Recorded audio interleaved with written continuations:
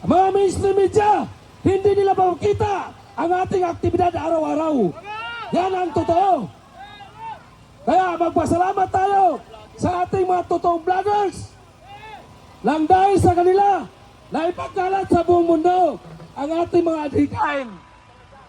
Kaya maraming salamat po sa inyo mga totoong vloggers. Kayo po ay kasama namin araw manong gabi. Yung ibang vloggers nandyan din sa Liwasang Bonifacio na tutulong kasama namin.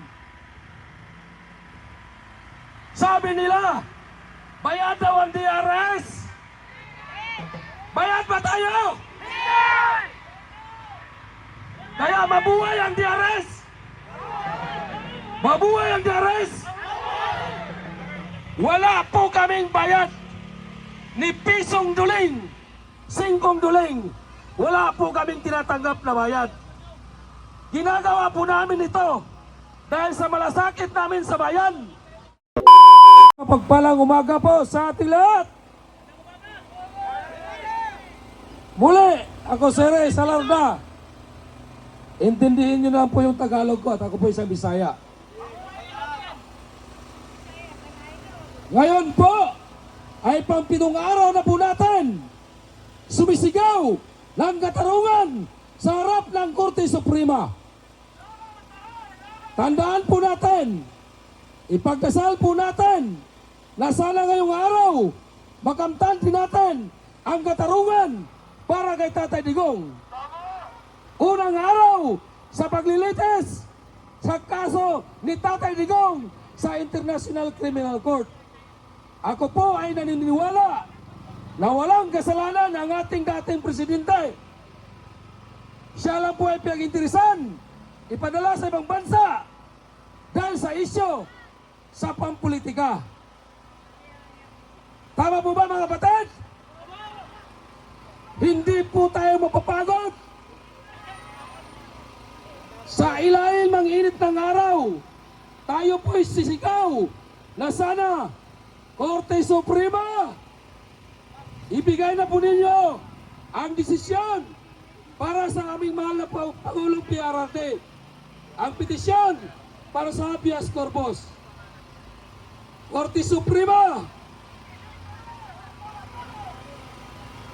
sana po ay pakinggan po ninyo ang mga hinanaing ng mga taong bayan. Sabi nila, marami daw pong nagmamahal kay BBM. Maniwala ba kayo? Ako naniniwala na dahil kay BBM, maraming nagmamahal. Suntok sa buwan, tumaas ang presyo ng langis. Suntok sa buwan, tumaas ang presyo ng mga bigas. Lahat nagtaasan.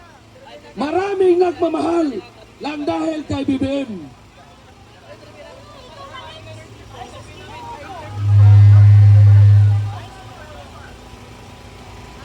Pasintabi po, may nag-intercept may commercial. Okay mga kapatid, ngayong araw na to, sana ipagdasal natin. Tayo ang mag-rally dito. Mga mainstream media, hindi nila makikita ang ating aktibidad araw-araw. Yan ang totoo. Kaya magpasalamat tayo sa ating mga totoong vloggers lang dahil sa kanila na ipagkalat sa buong mundo ang ating mga adhikain. Kaya maraming salamat po sa inyo mga totoong vloggers. Kayo po ay kasama namin araw manong gabi. Yung ibang vloggers nandyan din sa Liwasang Bonifacio na tutulong kasama namin. Sabi nila, bayad daw ang DRS. Bayad ba tayo? Kaya mabuhay ang DRS. Mabuhay ang DRS. Wala po kaming bayad ni pisong duling, singkong duling. Wala po kaming tinatanggap na bayad. Ginagawa po namin ito dahil sa malasakit namin sa bayan. Noong panahon ni Tatay Digong or sa ngayon, sa panahon ni BBM, Wala tayong presidente na nagpapalakad sa ating bayan. Maniwala ba kayo? Wala tayong presidente na nagpapalakad sa ating bayan. Kasi ang nagpapalakad sa ating bansa ay ang kanyang mga alipores, ang kanyang mga advisor. Wala siyang tiyag, wala siyang salita. Sa panahon ni PRRD, pandemic, total lockdown sa buong Pilipinas. Sa loob ng isang linggo, naipasa agad ang Bayanihan 1. Natandaan niyo pa ba? 7 araw lang po yan. Pero ngayon, 2 buwan na, simula ang gera sa Gitnang Silangan. Hanggang ngayon, ang panawagan natin na ibaba o tanggalin ang excise tax, tanggalin ang VAT sa langis, hindi pa rin nila ginagawa. Bakit? Malaki daw ang nawawala na kita sa Pilipinas. Ang totoo po niyan, ayaw po nila talagang tanggalin kasi wala na silang nanakawin. Wala na silang ilagay sa malita. Ngayon, kung ano-ano na lang pinagagawa sa ating mga kongresista. Puro impeachment, putang inang impeachment na yan. Putang inang yan. Yung fake impeachment na yan, itigil nyo na yan. Kasi kahit anong gagawin ninyo, hindi po kayo mag-successful. Dalhin nyo yan sa Senado para magkaalaman.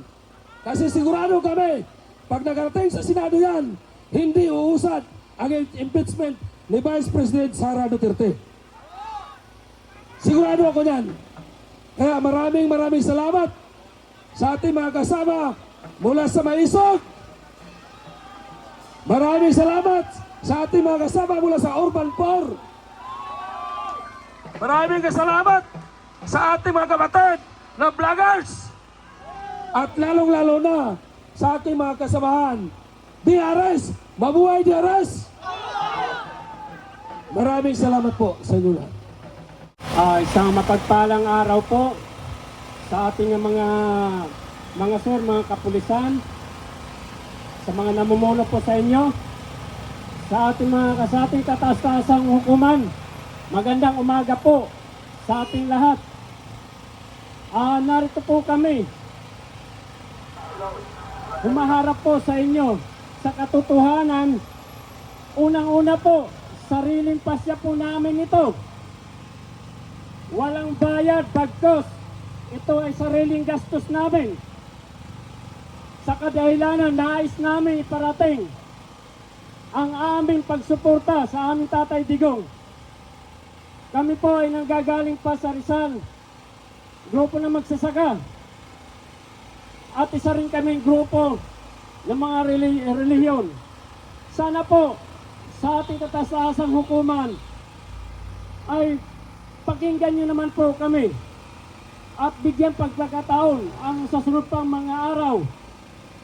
Salamat sa inyong pagkikisa sa amin. Alam kong ginagawa ninyo ang iyong katungkulan at ginagawa rin namin ang aming tungkulin para sa bayan ng Pilipinas. Ang magsasaka po sa Rizal ay nagugutom na rin po. Nag-aangat ng mga suporta na ito lang ay maaari maibibigay ng ating dating Pangulong Duterte. Sana po inyo na pong pagbigyan ang aming mga kahilingan, kung ano man ang aming mga kahilingan na inyo po nakikita sa aming mga placard. Hindi na po kami magpapaligoy-ligoy pa. Kayo na po ang bahala sa amin. Ang aming suporta para sa mga Duterte. Patuloy ang laban. Ang laban ng Pilipino, laban ng Pilipinas para sa Pilipino. Maraming salamat po.